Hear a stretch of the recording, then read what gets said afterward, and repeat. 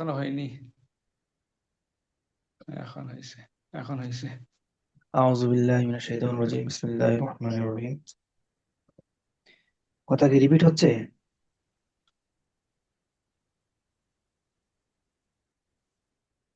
আচ্ছা, এখন ঠিক আছে না? জি, এখন ঠিক আছে। জি ওস্তাদ, ঠিক আছে।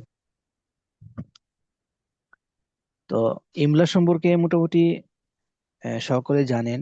ইমলা বিষয়টা কি? ইমলা বিষয়টা হচ্ছে আরবি যখন আমরা লিখি, আরবি লিখতে গিয়ে আমরা অনেক সময় দেখা যায় বর্তমান যে নিয়মটা আছে যে কোথায় হামজা দিব, কোথায় হামজা লিখবো, কোথায় হামজা হামজা লিখবো না, কোথায় হচ্ছে ইয়ার নিচে নক্তা দিব, কোথায় ইয়ার নিচে নক্তা দিব না, কোথায় ইয়াটাকে খাড়া জবর হিসেবে লিখবো, কোথায় ইয়াটাকে ইয়াই হিসেবে লিখবো।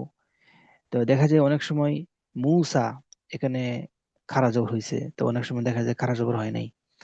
মানে আরবি লেখনের ক্ষেত্রে, আরবি যখন আমি লিখবো, লেখার ক্ষেত্রে যে সমস্ত নিয়ম কানুনগুলো ফলো করে আমরা লিখি, সেই নিয়মগুলোকেই বলা হয় কাওয়াইদুল ইমলা বা আল ইমলা বলা হয়। মোটামুটি সহজ কথায় আরবি ভাষা যখন আমরা লিখবো বা আরবি যখন লিখবো, লিখতে গিয়ে যে সমস্ত নিয়ম কানুন গুলো ফলো করে আমরা লিখবো, সেই নিয়মগুলোকে সামনে রেখে যে লেখাটা হয় সেটাকে বলা হয় ইমলা। তো কোরআনের মধ্যে ইমলা নাই, হাদিসের মধ্যে ইমলা নাই, হাদিসের কিতাবগুলোর মধ্যে ইমলা ইমলা নাই। কারণ বর্তমান যুগে দেখা যায় যে যারা লেখালেখি করে তারা প্রত্যেকটা কিতাবের মধ্যে তাদের লেখনীতে ইমলার প্রয়োগ আছে। তো আগের জামানায় ছিল না, এই জন্যই কোরআনের মধ্যে ইমলার প্রয়োগ নাই। তবে বর্তমান যে মিশরের বর্তমান যে মিশরের নুসখাগুলো আছে কোরআনের, ওই প্রত্যেকটা নুসখার মধ্যে দেখা যায় যে ইমলার প্রয়োগ আছে। বাকি পুরাতন নুসখাগুলোর মধ্যে দেখা যায় যে ইমলার প্রয়োগটা নাই গা। বাকি আধুনিক যেই নুসখাগুলো বের হচ্ছে মিশর থেকে, সৌদি আরব থেকে, ওগুলোর মধ্যে ইমলার প্রয়োগ আছে। আমাদের বাংলাদেশের মধ্যে যেটা যে নুসখা চলতেছে কোরআনের, এই যে কোরআনের ওই নুসখার মধ্যে কি নাই, ইমলার প্রয়োগ নাই। আচ্ছা ঠিক আছে, ইনশাল্লাহ। বিসমিল্লাহির রহমানির রহিম। কাওয়াইদুল হামজা, হামজার কায়দা সমূহ। তো প্রথম কথা হচ্ছে যে এই হামজাটা আমরা তিন তিন জায়গায় দেখতে পাই। আল হামজাতু হিয়া তুকতাবু ফি সালাসাতি মাওয়াদি'। এই হামজাটা তিন জায়গায় লেখা হয়। কোথায় কোথায় লেখা হয়? ফি আউয়াল কালিমাতি, কোন একটি কালিমার শুরুর অংশে লেখা হয়। ফি আউয়াল কালিমাতি, কোন একটি কালিমার শুরুর অংশে লেখা হয়। অথবা কোন একটি কালিমার অসাতিহা অস্তিহা, কোন একটি কালিমার মাঝে লেখা হয়। ও আখিরিহা, অথবা কোনো একটি শব্দের শেষে লেখা হয়। তা হামজা লেখার স্থান তিন জায়গায়। হয়তো হামজাটা কোনো একটা শব্দের শুরুতে হবে, হয়তো হামজাটা কোনো শব্দের মাঝখানে হবে, অথবা হামজাটা কোনো শব্দের শেষে হবে। এতটুকু কি বুঝতে পারছি আমরা? জি। আচ্ছা, এরপর আসি। যদি এখন আমরা আজকে যে যে হামজা নিয়ে আলোচনা করবো সেটা হচ্ছে শুরুতে হামজা যখন হবে, কোনো একটা শব্দের শুরুতে যখন হামজা হবে, তখন সেই হামজাটাকে আমরা কোথায় হামজা লিখবো আর কোথায় লিখবো না, এই বিষয়ে নিয়ে আলোচনা করবো ইনশাল্লাহ। আল হামজাতুল ইবতেদাইয়া, শুরুর হামজা। তো আল ইমলা ইল মুয়াসসারের মধ্যে বিস্তারিত আলোচনা আছে, আমি ওই বিস্তারিত আলোচনা এখানে করব না, যেহেতু পুরা ইমলার বিষয়টাকে আমি 10 থেকে 15 ক্লাসের মধ্যে নিয়ে আসবো। সেই জন্য আমি ওই কিতাব থেকে চয়ন করে করে কিছু লেখা এখানে আমি নিয়ে আসছি। সংক্ষিপ্ত একটা পিডিএফ আমি আপনাদেরকে দিব, যে পিডিএফটা পড়ে মোটামুটি ওই ইমলার সমস্ত কায়দা আপনি পেয়ে যাবেন। তো অনুশীলনগুলো পাবেন না, অনুশীলনগুলো হয়তো ওই কিতাবে থেকে যাবে, কারণ অনুশীলনগুলো যদি পড়াতে যাই দেখা যায় যে এটা আরো 20 থেকে 30টা ক্লাস হয়ে যাবে, তখন এটা অনেক লম্বা ক্লাস হয়ে যাবে। তো অল্প ক্লাসের জন্য অল্প অল্প সময়ের মধ্যে এই জন্য ক্লাসগুলো দিতে পারি, সেই জন্য অনেক কথা ইমলো স্যারের মধ্যে আছে সেটা আনি নেই। শুধু সারাংশগুলো আমরা এখানে নিয়ে আসছি, যে সারাংশগুলো মুখস্থ করে মোটামুটি আপনার লেখনীতে আপনার ইমলা প্রয়োগ করতে পারবেন ইনশাল্লাহ। তো এখানে আরবি অনেক কথা ছিল, সেগুলো মাঝখানে কেটে দিছি, শুধু সারাংশটা পড়তেছি আমরা। শুরুর হামজা দুই ভাবে লেখা হয়। আমরা যে শুরুর হামজা লিখি, এই হামজাটা দুই ভাবে লেখা হয়। একটা হচ্ছে আলিফের উপরে, আমরা যে হামজাটা লিখবো এই হামজাটা আলিফের উপরে লিখবো। এই যে এখানে হামজা আছে, আকরামা হামজা লেখা হয়েছে আলিফের উপরে, উকরিমা হামজা লেখা হয়েছে আলিফের উপরে। আর দুই নম্বর হচ্ছে আলিফের নিচে লেখা হবে, যেমন ইকরামুন আলিফের নিচে লেখা হয়েছে। তাহলে শুরু যে হামজাটা আছে এটা দুই ভাবে লেখা হয়, একটা হচ্ছে আলিফের উপরে, একটা আলিফের নিচে। একটা আলিফের উপরে, একটা আলিফের নিচে। এখন কায়দা কি? মানে কখন আমি আলিফের উপরে লিখবো আর কখন আমি আলিফের নিচে লিখবো। কায়দাটা কি? কায়দাটা হচ্ছে যে শুরুর হামজা শুরুর হামজায় জবর বা পেশ হলে, একদম সহজ কায়দা, শুরুর হামজায় জবর বা পেশ হলে আলিফের উপর হামজা লেখা হয়। আর শুরুর হামজায় জের হলে আলিফের নিচে হামজা লেখা হয়। একদম সহজ কায়দা। যখন শুরুর হামজার মধ্যে জবর বা পেশ থাকবে তখন হামজাটা হবে আলিফের উপরে, আর যখন শুরুর হামজার মধ্যে জের থাকবে তখন হামজাটা হবে আলিফের নিচে। এতটুকু কথা তো সহজ নাকি? হুম। আচ্ছা, তাহলে এটা হচ্ছে কায়দা যে যখন হামজা শুরুতে হবে, যখন আলিফ হামজার উপরে জবর বা পেশ হবে, হামজা শুরুতে হামজা উপরে হবে, আলিফের উপরে হবে, আর যখন আলিফের নিচে জের হবে তখন আলিফের নিচে হামজা হবে। এটা ওর কায়দা। এখন কথা হচ্ছে যে অনেক জায়গায় দেখা যায় শুরুতে হামজা হামজা দেওয়া হয় না। অনেক সময় দেখা যায় যে শুরুতে হামজা দেওয়া হয় না। যেমন ধরেন ইদরিব, এই যে ইদরিব আছে না, উংসুর, আল হাক্কু, এই সমস্ত জায়গাগুলোর মধ্যে হামজা দেওয়া হয় নাই। ইদরিব কায়দা অনুযায়ী তো হামজাটা আলিফের নিচে হওয়ার কথা ছিল। উংসুর, হামজাটা আলিফের উপরে হওয়ার কথা ছিল, কিন্তু এখানে হামজা দেওয়া হয় নাই। এরপরে দেখেন ইবনুন, হামজা দেওয়া হয় নাই। তা ইস্তাহিদ, হামজা দেওয়া হয় নাই। ওয়াস্তাইকিজ, হামজা দেওয়া হয় নাই। এই আলিফের উপর হামজা বা নিচে হামজা দেওয়া হয় নাই। ওয়াকরা, হামজা দেওয়া হয় নাই। তার মানে এখানে কথা আছে, কি কথা? যে শুরুর যে হামজাটা আছে এটা হামজা দুই প্রকার। কয় প্রকার ভাই? দুই প্রকার। আল হামজাতু ফি বাদইল কালিমাতি কিসমানে, শুরুর হামজা দুই প্রকার। এক নম্বর হচ্ছে আল উলা হামজাতুল ওয়াসল, ওয়াসানিয়া হামজাতুল কাতঈ। তাহলে শুরুর হামজাটা দুই দুই ভাবে বিভক্ত করা হয়েছে, একটা হচ্ছে হামজাতুল ওয়াসল আর একটা হচ্ছে হামজাতুল কাতঈ। এখন হামজাতুল ওয়াসলের মধ্যে আমরা হামজা উপরে, আলিফের উপরে হামজা বা আলিফের নিচে হামজা দিব না। আর হামজাতুল কতই যেগুলো আছে, এই হামজাতুল কতার উপরে বা এবং কি নিচে আমরা হামজা দিব। এটা হচ্ছে মূল কথা। তাহলে এই ইজরিবের মধ্যে হামজা দেই না কেন? কারণ ইজরিবের যে হামজাটা আছে, হামজাটা হচ্ছে হামজায়ে ওয়াসল। আর এখানে যে আমরা আকরামা হামজা দিয়েছি, এই যে হামজা আলিফের উপর হামজা দিয়েছি, এই আলিফটার উপর হামজাটা হচ্ছে হামজায়ে কতই, এই জন্য আমরা হামজাটা আলিফের হামজা দিয়েছি। তাহলে প্রশ্ন হয় যে কোন কোন জায়গায় হামজা ওয়াসল আর কোন কোন জায়গায় হামজায়ে কতই? এই একটা প্রশ্ন আমার মাথায় আসতেছে, আপনাদের মাথায় আসতেছে। তো সে আলোচনা আমরা যাব। এর আগে আমরা চিনবো যে হামজা, হামজা দুই প্রকার বললাম, হামজাতুল ওয়াসল বললাম, হামজাতুল কতই বললাম। তাহলে হামজাতুল ওয়াসল কাকে বলে আর কতই কাকে বলে, এটা তো আবার জানতে হবে।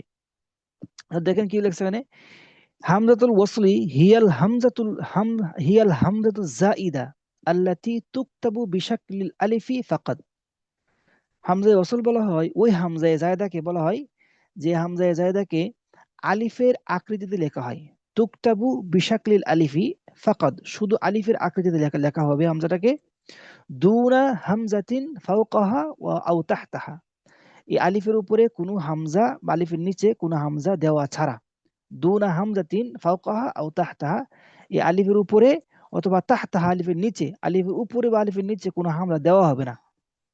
তাহলে মোট কথা কি? মোট কথা হচ্ছে হামজা ওয়াসল বলা হয় ওই হামজাকে, ওই ওই আলিফকে বলা হয়, বা ওই আলিফ ওই হামজাকে বলা হয় যেটা আলিফের শুরুতে লেখা হয়। বিশাকলিল আলিফি, আলিফের শুরুতে লেখা হবে, কিন্তু ওই আলিফের উপরে বা নিচে হামজা দেওয়া হবে না। এবং কি ওয়াতুলফাযু ইনদামা তাকুনু ফি আউয়ালিল কালিমা, এই হামজায়ে ওয়াসলটি যদি শব্দের শুরুতে হয় তাহলে সেটাকে উচ্চারণ করা হবে, তুলফাজু উচ্চারণ করা হবে, ইনদামা তাকুনু ফি আউয়ালিল কালিমা, যখন কালিমা শুরুতে হবে তখন সেটা উচ্চারণ করা হবে। ওয়ালা তুলফাদু ইনদামা তাজিউ ফি ওয়াসাতিল কালিমাতি বা বাল তাসকুতু ফি দারজি। আর যখন এই শুরুর হামজাটা কোনো একটি কালিমার মাঝখানে পড়ে যায়, মিলাইয়া পড়ার সময় দেখা যায় শুরুর হামজাটা মাঝখানে পড়ে যায়, তখন সেই সময় লা তুলফাদু, সেই শুরুর হামজাটাকে উচ্চারণ করা হবে না। যেমন উদাহরণ দিলে বুঝতে পারবেন, যেমন কুলতু লি ইবনিন আনিজি তাহিদ, দেখেন আনকে যখন ইস্তাহিদের সাথে মিলাই পড়তেছি, আনিজি তাহিদ, তো এটাকে মিলাই পড়ার সময় এই হামজাটা কিন্তু পড়ে গেছে, উচ্চারণ আসতেছে না। কিন্তু ইদরিব শুরুতে তখন হয়েছে, উচ্চারণ হচ্ছে। উংসুর উচ্চারণ হচ্ছে। আল হাক্কু উচ্চারণ হচ্ছে। কিন্তু যখনই মিলাই পড়তেছি আমি আনিজি তাহিদ, তখন এই হামজাটা মাঝখানে পড়ে গেছে। আন এবং ইজতাহিদ দুইটা শব্দের মাঝখানে এই হামজাটা পড়ে গেছে। মাঝখানে যখন হয়ে গেছে হামজাটা উচ্চারণ হয় নাই, অনুচ্চারিত রয়ে গেছে। ওয়াস্তাইকিজ, ওয়াও হরফে আতফা, ইস্তাইকিজ ফেলে আমরের সিগা, ওয়াও হরফে আতফা এবং ফেলে আমরের সিগার মাঝখানে হামজাটা পড়ে গেছে। মাঝখানে হওয়াতে হামজাটা উচ্চারণ হচ্ছে না, ওয়াস্তাইকিজ হামজাটা উচ্চারণ হচ্ছে না। তাহলে এটাই বলছে, যখন এই এই হামজা ওয়াসলটি শুরুর কালিমায় থাকবে তখন তুলফাজু, সেটা উচ্চারণ হবে। ওয়ালা তুলফাজু, আর উচ্চারণ হবে না ইনদামা তাজিউ ফি ওয়াসাতিল কালিমা, যখন শব্দের মাঝখানে হবে তখন সেটা উচ্চারণ হবে না। কথা বুঝে আসছে? বাল তাসকুতু ফি দারজি, তখন বরং কি শব্দের মাঝখানে হলে সেটা পড়ে যাবে, মানে কি উচ্চারণ থেকে পড়ে যাবে, উচ্চারণ হবে না। তাহলে মোট কথা কি? মোট কথা হচ্ছে হামজা ওয়াসল বলা হয় ওই হামজাকে যেটাকে আলিফের শুরুতে লেখা হবে, তার উপরে বা নিচে কোনো হামজা থাকবে না। শব্দের মাঝখানে আসলে বা শব্দের শুরুতে আসলে হামজাটা উচ্চারিত হবে, আর মাঝখানে আসলে মিলিয়ে পড়ার সময় উচ্চারিত হবে না। এটাকে বলা হয় হামজা ওয়াসল। হামজা ওয়াসল নিয়ম হচ্ছে, চেনার নিয়ম হচ্ছে, যেটা আলিফের শুরুতে লেখা হয় উপরে নিচে হামজা থাকবে না, মাঝখানে শুরুতে আসলে উচ্চারণ হবে, মাঝখানে আসলে অনুচ্চারিত হবে। এটা হচ্ছে হামজা ওয়াসলের কি সংজ্ঞা। আর 2 নম্বর হচ্ছে হামজাতুল কতই। হামজা কতি কাকে বলে? হামজা কতি বলা হয় ওয়াহিয়াল হামজাতুল্লাতি তুলফাযু ফি জামিইল হালাতি। হামজা কতি হচ্ছে ওই হামজা যেটা সর্বাবস্থায়, ফি জামিইল হালাত মানে সর্বাবস্থায় উচ্চারিত হবে, সাওয়াউন জাআত ফিল আউয়ালিল কালিমাতি আও ফি ওয়াসাতিহা আও আও ফি আখিরিহা, আখিরে তো হবে না। তাহলে সে শুরু শুরু কালিমা হোক, সেই মাঝের কালিমা হোক, যে কোনো জায়গায় হোক না কেন হামজাটাকে উচ্চারণ করা হবে। ওয়াতুকতাবু বিশাকলিল আলিফি, আর এই হামজা কতইকে আলিফের শুরুতে লেখা হবে, তবে ওয়াফাউকাহা হামজাতুন ইন কানাত মাফতুহাতান আও মাজমুমাতান, ওই আলিফের উপরে, ফাউকাহা ওই আলিফের উপরে হামজা হবে যদি ওই আলিফটা বা ওই আলিফের উপরে জবর বা পেশ থাকে। ওয়া তাহতাহা হামজাতুন, অথবা ওই আলিফের নিচে হামজা হবে ফি হালাতিল কাসরাতি, কাসরার অবস্থায়। তাহলে হামজা কতি কাকে বলে? হামজা কতি বলা হয় যেটা 3 অবস্থায় বা সব অবস্থায় উচ্চারিত হবে, কোন অবস্থায় অনুচ্চারিত হবে না।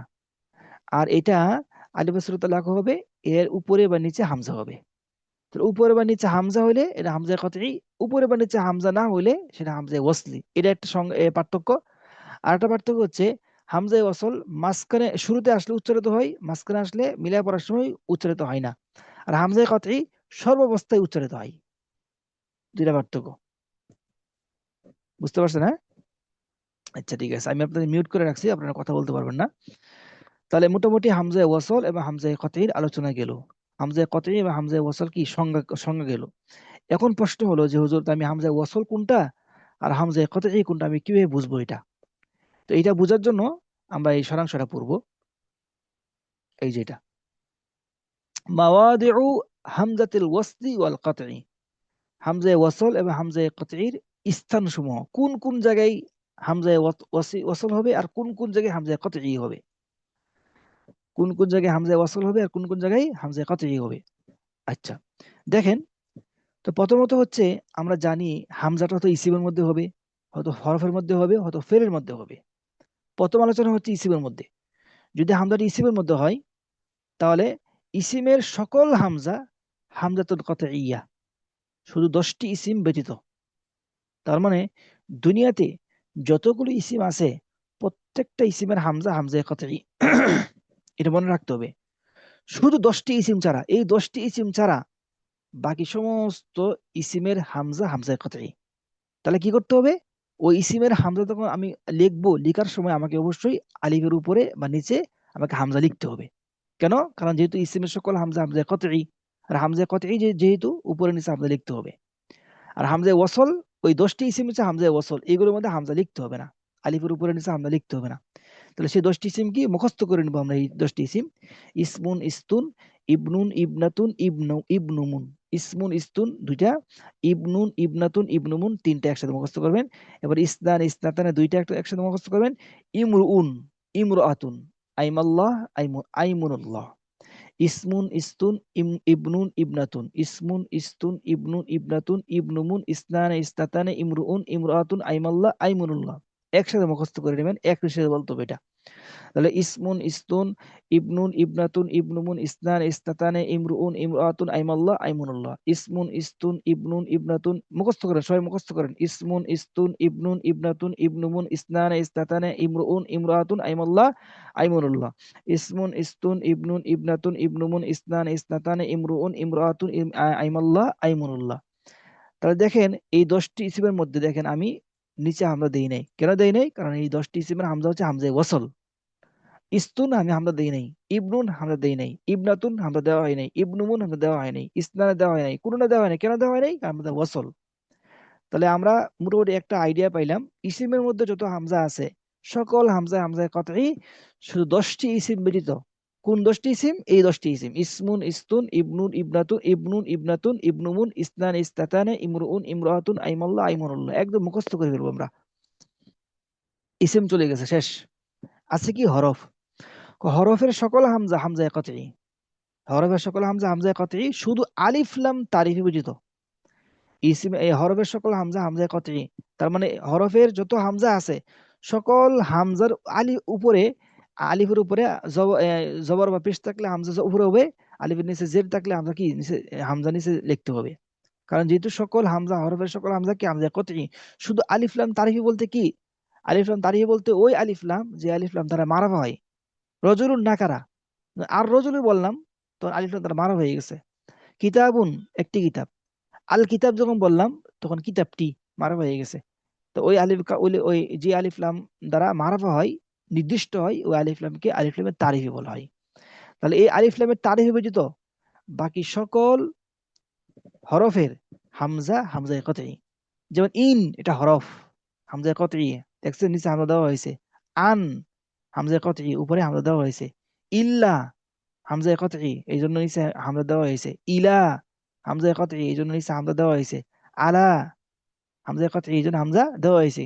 কিন্তু আর রজুলের মধ্যে আ আ হামজায় ওয়াসলি, কি আলিফের উপর হামজা দেওয়া হয় নাই। আল কিতাবের উপরে হামজায় ওয়াসলি, এই জন্য আলিফের উপর হামজা দেওয়া হয় নাই। তার মানে আমি বুঝতে পারলাম, দুইটা কায়দা বুঝতে পারলাম। ইসিমের সকল হামজায় কতই, শুধু 10টি ইসিম ব্যতীত। এই 10টি ইসিম হচ্ছে হামজায় ওয়াসলি। আর হরফের সকল হামজায় কতই, শুধু এই আলিফলাম তারিফি ব্যতীত, আলিফলাম তারিফি ব্যতীত। গেল। এই দুটো একদম সহজ। এখন হচ্ছে ফেল। ফেলের মধ্যে আসে একটু আমাদের একটু ভাবতে হবে। ফেল তো ধরেন অনেক সময় দেখা যায় ফেল সুলাসি হয়, জরাবা ইয়াজরুবু, আখাযা ইয়াখুযু, সুলাসি। অনেক সময় দেখা যায় ফেলটা রুবাই হয়, আকরামা ইকরিমু।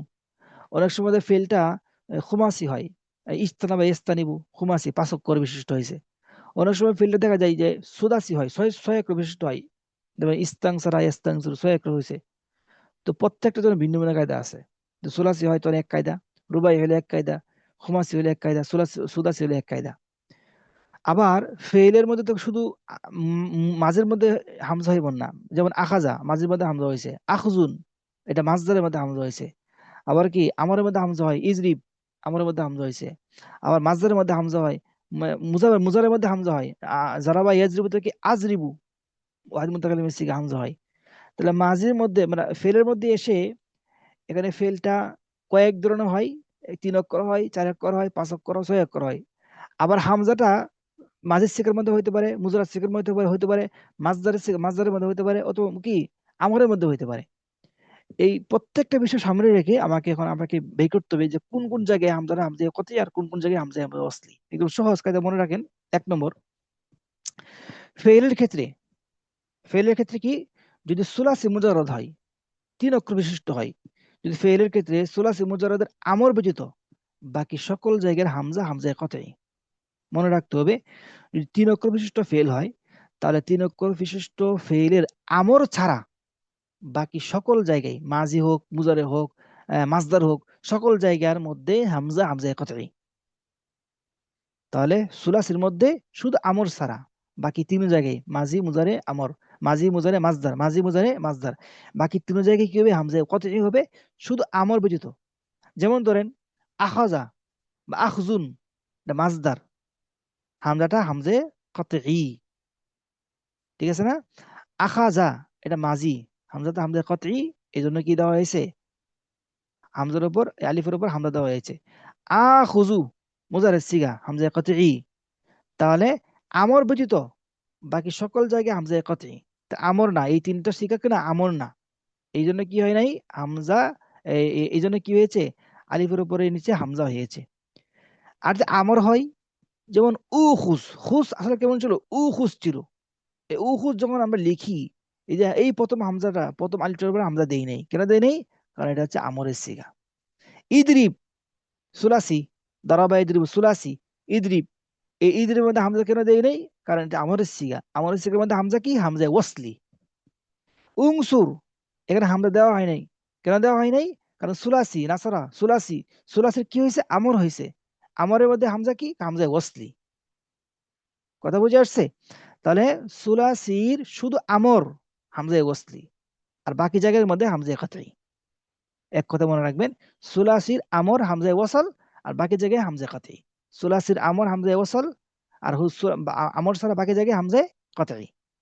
আলিফের উপর আলিফ কতি হইলে আলিফের উপর নিচে হামজা দিতে হবে, আর সুলাসি আমর হইলে আলিফের উপর নিচে হামজা দিতে হবে না। ইদরিব আমরা দেই নাই, উংসুর হামজা দেই নাই। এরপর আসে রুবাই। রুবাইয়ের সকল জায়গায় হামজা, হামজা কতই, একদম সহজ। রুবাই এটাকে আমি কিভাবে চিনবো, এটা আমরা পরে আসতেছি। যে রুবাইয়ের সকল জায়গায় হামজা, হামজা কতই, যেমন ইকরামান মাজদার, আকরামা মাজি, উকরিমু, উকরিমু এটা মুজারে, আবার আকরিম আমর। তিনও জায়গায়, চারো জায়গায় কি দেওয়া হয়েছে, হামজা উপরে নিচে হামজা দেওয়া হয়েছে। কেন, কারণ এটা রুবাই। আকরাম, আলিফ কাফ র মিম 4 অক্ষর। আক্রমা আলিফ কাফ র মিম 4 অক্ষর। উকরিমু আলিফ কাফ র মিম 4 অক্ষর। আকরিম আলিফ কাফ র মিম 4 অক্ষর। তো 4 অক্ষর হওয়ার কারণে, রুবাই হওয়ার কারণে, এই রুবাই সকল জায়গায় মাজি মুজারে আমর মাজদার সকল জায়গায় হামজা, হামজা কতই, আলিফের উপরে আলিফ উপরে নিচে হামজা দিতে হবে। তাহলে শুরু থেকে আসে এবার, ফেলের সুলাসির মধ্যে আমর হচ্ছে, সুলাসির মধ্যে আমর হচ্ছে কি, হামজা ওয়াসল, আর বাকি সব জায়গায় হামজা কতই। আর রুবাইয়ের মধ্যে হচ্ছে সকল সকল জায়গায় হামজা কতই। এখন আসেন খুমাসি এবং সুদাসি। যদি খুমাসি হয়, কোন একটা ফেল যদি কি হয় 5 অক্ষর বিশিষ্ট হয়, অথবা সুদাসি 6 অক্ষর বিশিষ্ট হয়, তাহলে কি কি কায়দা, তখন একটা একটা সহজ কায়দা হচ্ছে, শুধু মুজারে মুতাকাল্লিমের হামজাটি হামজা কতই হবে।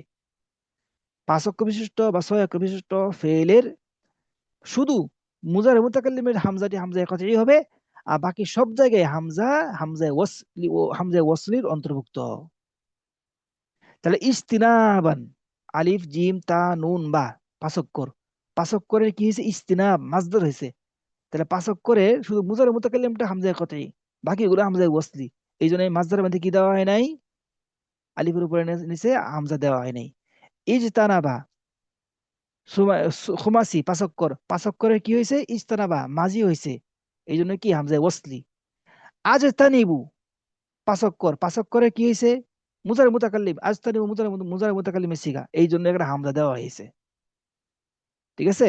তাহলে খুমাসি এবং সুদাসির শুধু মুজারে মুতাকাল্লিমের হামজা দিয়ে হামজা কতই, আর বাকি সব জায়গায় হামজা, হামজা ওয়াসলি। ইস্তাংসারে কি অবস্থা, ইস্তাংসারা ইস্তিংসারান ইস্তাংসারা আস্তাংসির আমরা দেওয়া হয়েছে, ইস্তাংসির আমরা দেওয়া হয়নি। এখন প্রশ্ন হলো যে হুজুর, যে আমি 3 অক্ষর, 4 অক্ষর, 5 অক্ষর, 6 অক্ষর আমি কেন বুঝবো? আমি যে দেখতে পাচ্ছি এখানে সবগুলোই 3 অক্ষর। ইস্তানাবা জানবুর মাদ্দা, কারাওয়ান মাদ্দা, আখজুর মাদ্দা, সবগুলো 3 অক্ষর। এই 3 অক্ষরকে আপনি 4 অক্ষর, 5 অক্ষর কেন বানালেন? এই ক্ষেত্রে আপনার এই ইমলার ক্ষেত্রে মনে রাখবেন, বিষয় দ্রষ্টব্য দেওয়া হয়েছে। ইমলার কায়দার ক্ষেত্রে, ইমলার কায়দার ক্ষেত্রে রুবাই, খুমাসি, সুদাসি হওয়া নির্ভর করে মাঝির অক্ষর গণনা করার উপর। মানে অক্ষরটা, অক্ষর গণনা করার উপর নির্ভর করে। এখানে মূল মাদ্দা এক 3 অক্ষর না 4 অক্ষর, এটা দেখবেন আমরা। হ্যাঁ, সরফের ক্ষেত্রে যেটা হয়, সরফের ক্ষেত্রে মূল মাদ্দা কয়টা, ওইটার উপর নির্ভর করে সুলাসি রুবাই কি করা হয়, ভাগ করা হয় সরফের ক্ষেত্রে। কিন্তু ইমলার কায়দার ক্ষেত্রে কিন্তু এর ভিন্ন। ইমলার কায়দার ক্ষেত্রে খুমাসি, সুদাসি, রুবাই, সুলাসি এগুলো বের করার নিয়ম হচ্ছে, মাঝির শিখের মধ্যে কয় অক্ষর আছে। যদি মাঝির শিখের মধ্যে 3 অক্ষর থাকে, তাহলে এটা সুলাসি। মাঝির শিখের মধ্যে 4 অক্ষর থাকে, তাহলে তারা রুবাই। আর যদি মাঝির শিখের মধ্যে 5 অক্ষর থাকে, তাহলে এটা খুমাসি। আর যদি মাঝির শিখের মধ্যে 6 অক্ষর থাকে, তাহলে এটা সুদাসি। এটা হচ্ছে ইমলার কায়দার ক্ষেত্রে এই নিয়মটা। আর সরফের কায়দার ক্ষেত্রে কিন্তু ভিন্ন নিয়ম। সরফের কায়দার ক্ষেত্রে কি, যে মূল মাদ্দা কয় অক্ষরের, যে মূল মাদ্দা 3 অক্ষরের, তাহলে সেটা কি 3 অক্ষরের সুলাসি। আর মূল মাদা যদি কি 4 অক্ষরের, তাহলে সেটা কি রুবাই। আমরা এটা সরফে কায়দায়, তাহলে এই অনুযায়ী এই ইস্তানাবা এরকম, এটা হচ্ছে কি সুদা, এই ইস্তানাবা আলিফ জিম তা নুন বা কয়টা, 1 2 3 4 5টা, 5টা অক্ষর আছে এখানে, এই জন্য এখানে এটা খুমাসি। আবার ইস্তাংসারা এটা কি হবে, 1 2 3 4 5 6টা অক্ষর আছে, এই জন্য এটা হবে কি সুদাসি। আক্রামা, আক্রামা মাঝের শেখের মধ্যে 4 অক্ষর আছে কিনা, আলিফ কাফ র মিম, এই জন্য এটা রুবাই।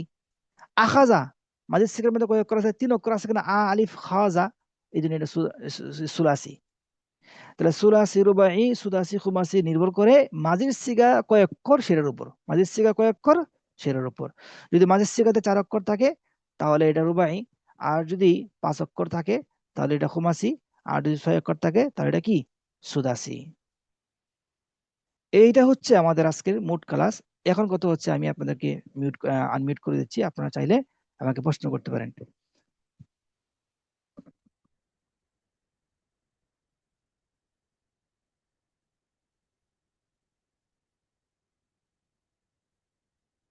জি, আপনাদের প্রশ্ন থাকলে বলতে পারেন। জি,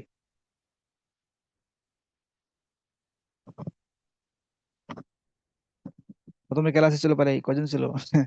10 জন ছিল। তো যাই যাই দেখা যাক কয়জন, 1 2 3 4 5 জন, 5 জন 4 জন আছেন। আচ্ছা, মাশাল্লাহ। তো বলেন যদি কোনো প্রশ্ন আছে কিনা, ক্লাসটা বুঝছেন কিনা আপনারা।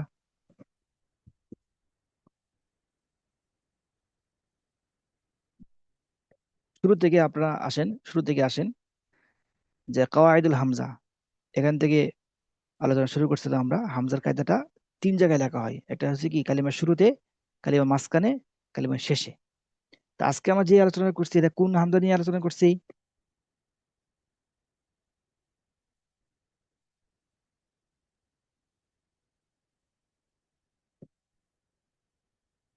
আপনারা কি শুনতে পাচ্ছেন আমার কথা?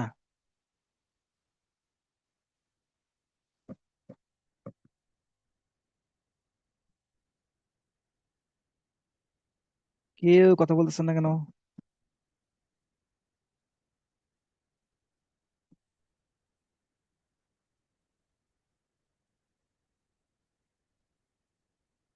শুনতে পাচ্ছেন কথা?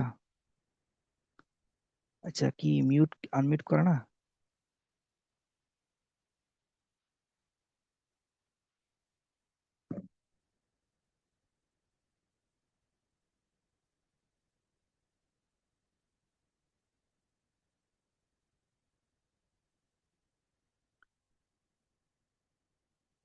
আহমদ হাসান মুস্তফা, বুঝতে পারছেন ক্লাসটা আজকের?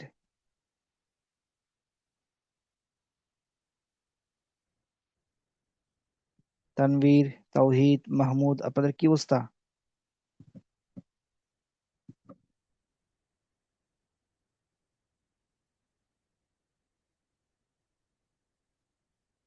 আচ্ছা, আপনারা কথা বলতে পারতেছেন না?